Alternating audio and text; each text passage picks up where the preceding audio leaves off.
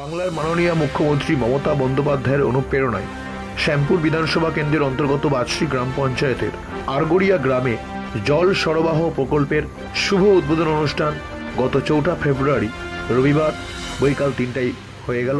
উদ্বোধন করলেন শ্যামপুর বিধানসভা কেন্দ্রের মাননীয় বিধায়ক কালীপদ মণ্ডল মহাশয়। সেই সঙ্গে উদ্বোধনী অনুষ্ঠানে উপস্থিত ছিলেন হাওড়া জেলা পরিষদের মাননীয় কর্মাধ্যক্ষ সর্বজন শ্রদ্ধেয় প্রিয় নেতা জুলফিকার আলী মোল্লা মহাশয়।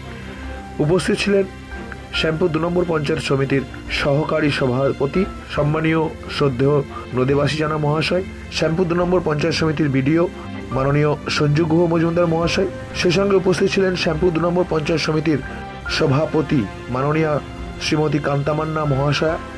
উপস্থিত ছিলেন বাজশ্রী গ্রাম পঞ্চায়েতের মাননীয় প্রধান সর্বজন শ্রদ্ধেয় প্রিয় নেতা উন্নয়ন কাণ্ডারি শ্যামসুন্দর মেটিয়া মহাশয় এবং সেই সঙ্গে উপস্থিত ছিলেন বাজশ্রী গ্রাম পঞ্চায়েতের সদস্যা নূরজাহান খাতুন।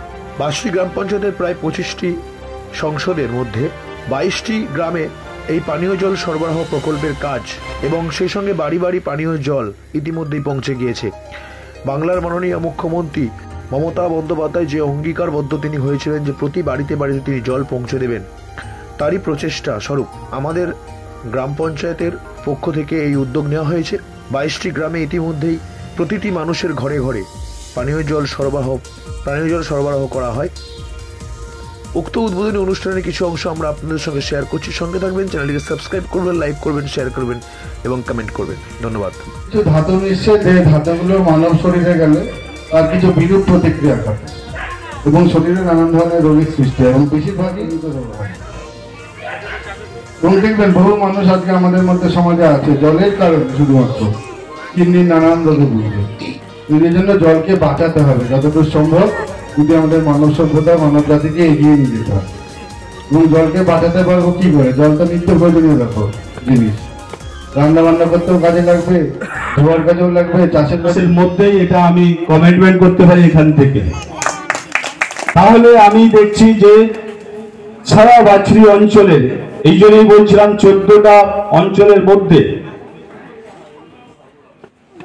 কালীবাবু থাকলে বলতেন যে সারা শ্যামপুর থানার কোথাও এত সংসদে পৌঁছতে পেরেছে কিনা বিশুদ্ধ পানীয় জল নিয়ে বাজশ্রী ছাড়া।